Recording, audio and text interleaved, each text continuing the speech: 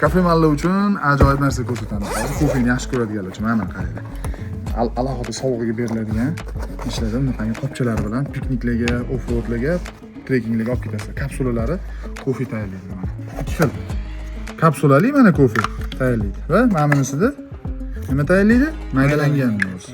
Bu suv o'zi qaynatib beradigan. Ko'pchiligini o'zi qaynatmaydi va keyin yana bitta zo'r afzal tomoni ikkita porti bor buni. USB porti bor, Type-C porti bor. Va USB porti nimaga?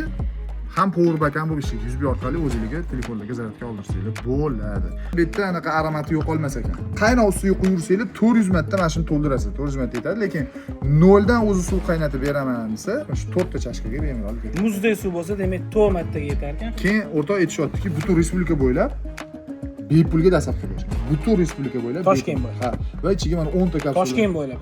Yo'q, butun O'zbekiston bo'ylab. Вообще yaxshi. Mana bu kapsulalari hadya, 10 tasi yana ichida hadya bo'lar ekan. 100 marta, 100 ta 50 dona olib kelib tugatib qo'yishadi. Boshqalar bularda umuman har doim bo'ladi. Shu ish bilan. Ha, tugadi, keyingi oy keladi degan narsa. Zo'r olish kerak. Kofeni sevadiganlar uchun. Maza narsa ekan.